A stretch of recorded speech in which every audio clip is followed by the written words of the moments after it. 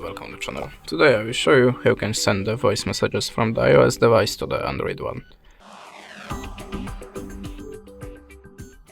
So, how you can see, I cannot send the voice message now, so we have to use the voice recorder.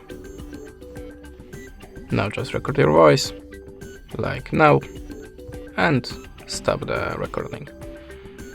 Now just click here on this three-dot icon and go to the Save to Files, or you can also directly send it from this window by Share. Now just use the method that you want to send the message, and that's it. Thanks for the watching, leave us a subscribe or a comment, and goodbye.